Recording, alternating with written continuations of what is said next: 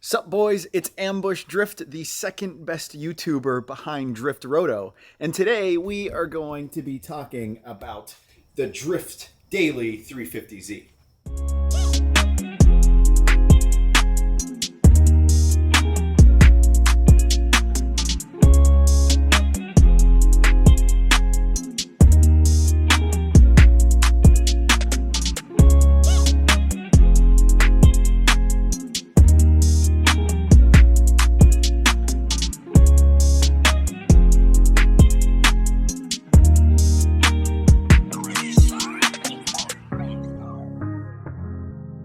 I've been on the fence with regards to what I'm going to do with this car since I have the FRS and my S13, which has been dropped off at Bell Raceworks to get the tube rear done. When I was at Orlando Speed World for the Black Friday Drift event, I couldn't tell you how many 350z's there were out there. While I was riding along with a friend, just waiting to get out on track, I believe I counted somewhere around 15 cars just in grid to get out onto the track.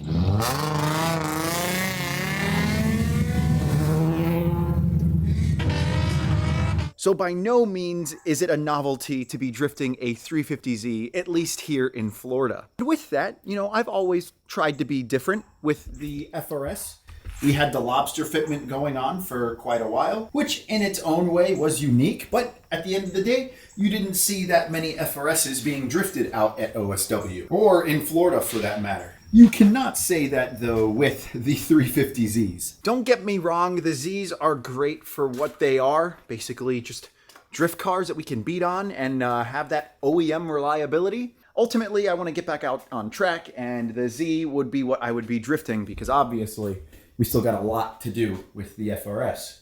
To make the long story short, if I want to be able to paint the FRS, we're going to have to add a 240 volt outlet to the garage. And to do that requires a little bit of extra effort on my end to at least figure out how that's done, because obviously I'm going to cheap out and try to do it myself. Regardless, I know you shouldn't mess around when it comes to electricity, but for those of you that might follow me on Instagram, you would know that I have been on the market for a house for quite some time. So I'm kind of hoping to hold off on the purchase of the compressor and at least getting that 240 volt outlet in the garage for my next potential home that might already have an outlet in its garage. Either way, I'm just trying to minimize total effort involved, so I know it's gonna extend the timeline, but either way, the FRS will be getting the treatment it deserves. The Z, though, for the other hand, Nacho, you are just going crazy today. What is going on, buddy? You okay? You must be hungry. You wanna go eat? Let's go eat, Nacho.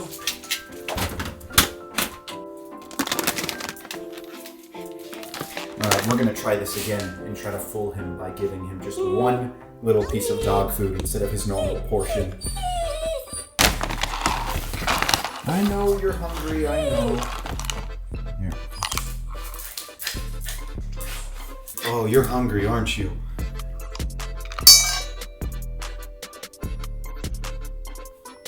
Bon appetit! Where'd your food go? Ah, he didn't overreact.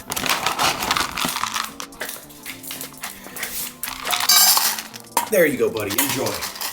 But as far as the 350Z is concerned, I don't think it's going to be going anywhere anytime soon, at least until I paint the fenders, the roof, and the hatch, since they're all miscolored.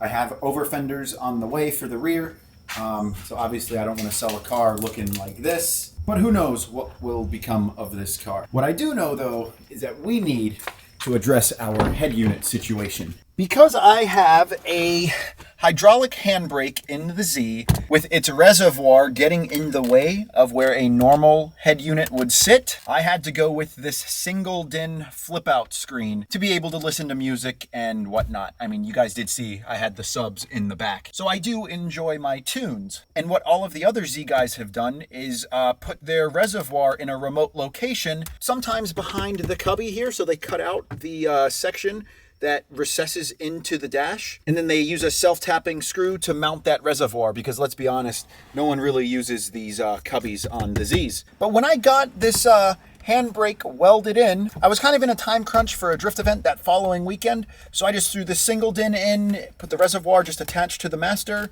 and sent it. But now we can change this out for my new to me, double din, and then put that reservoir right up behind the cubby. There's a little bit of work involved, but it's not too bad. Let's just go ahead and put the key in the ignition so we can put the flip out screen down. It is kind of funky though. I have to pull back the handbrake whenever the screen comes down, but let's see here. There we go.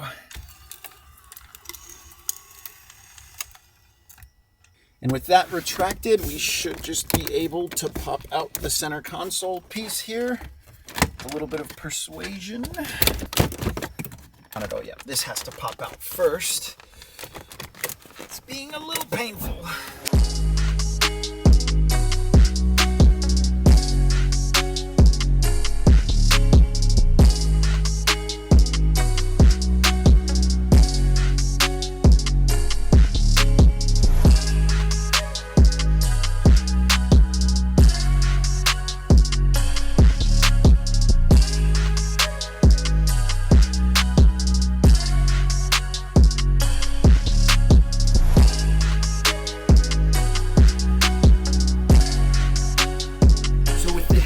Removed, you can see just what us Z guys do in order to fit a hydraulic handbrake while keeping all of the stock interior components. I believe this is the AC control unit.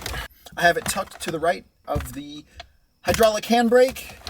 So we'll just want to take this out just a little bit. I mean, honestly, I crammed a lot of stuff back in here. It's a tight squeeze. You just have to be very careful not to damage this ribbon cable, and you can see I already kinked it. There we go. We'll just set this aside for now because we need to take this reservoir out and figure out where we mount it. I'm thinking right up behind here where that cubby is, so we'll have to trim out that cubby as well. All right, I really don't want to have to deal with spilling a lot of brake fluid here since we have to empty the reservoir. Here goes nothing. I'm gonna do that suction method. Oh, it worked. I think. Oh, but it stopped. I just hate this because I always end up with brake fluid in the mouth.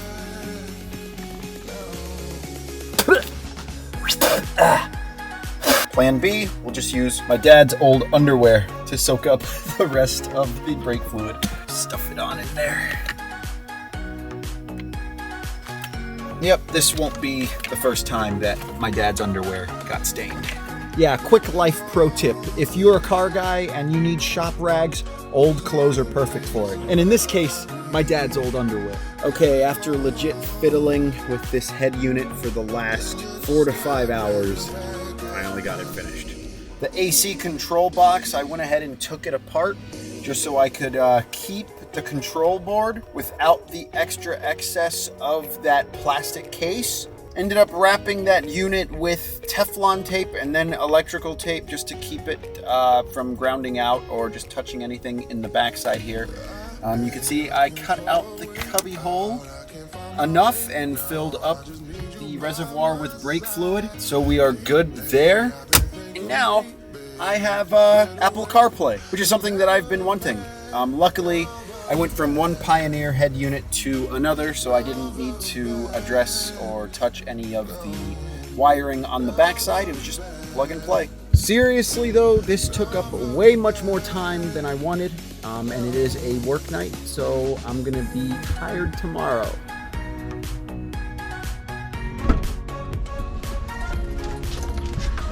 Okay, we are off work and ready to go home.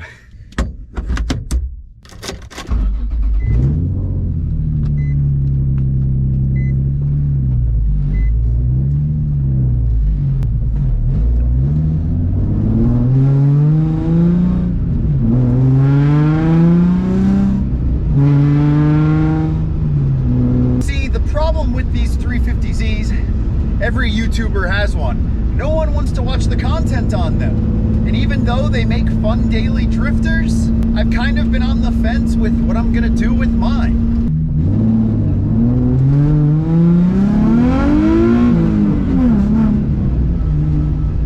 But honestly, you cannot beat the 350 350z's in terms of the value for the money if you're trying to get into drifting.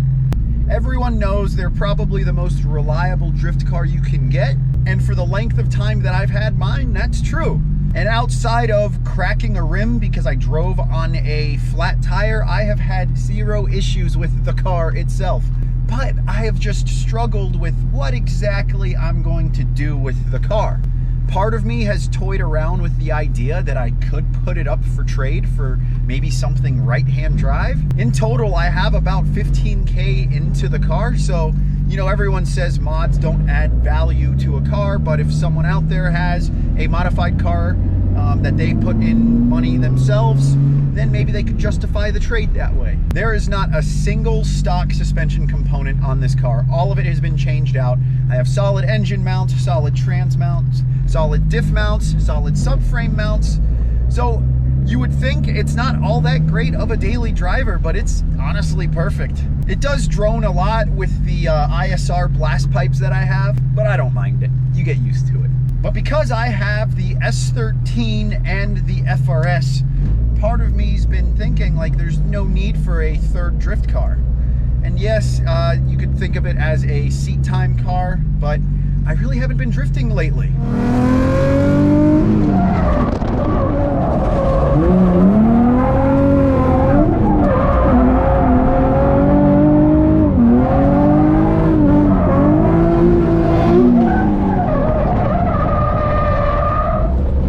I've been way too focused on saving up to buy a house, and actually I'm going to be putting an offer on one relatively soon, so cross your fingers that that plays out. But then as soon as that happens, we'll be getting back out into drifting. You know, I just needed to assume some personal responsibility for once.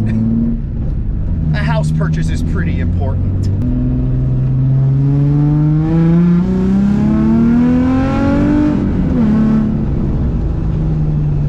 Coming up on an overpass, so you know what every car guy does, put the windows down and blast through it.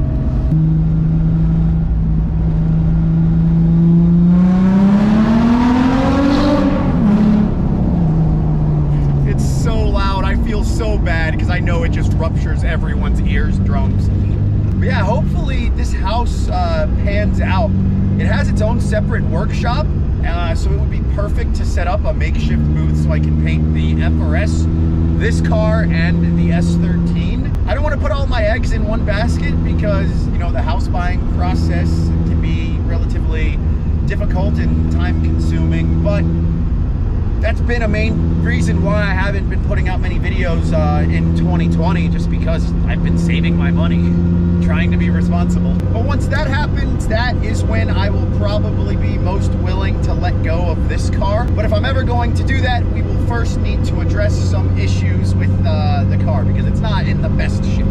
Basically, the whole car is going to need a respray. I have Crown Carbon Crafting 50mm rear fenders to put on. I'll have to space out the wheel or just ball out and get some nice 3-piece wheels that are super wide. But then those will need to get painted. The roof's gonna need to get painted. But as far as everything else is concerned, mechanically the car is sound. It just needs to be all fixed up to look pretty. I know I would probably regret getting rid of the car, but part of me just wants to explore a new chassis of some sort. And I'm sure you guys would appreciate that content as well. But if I'm ever going to escape the 9 to 5, we're gonna have to try some new things out just to push more videos out and attract more viewers. So I think this is a good plan of action.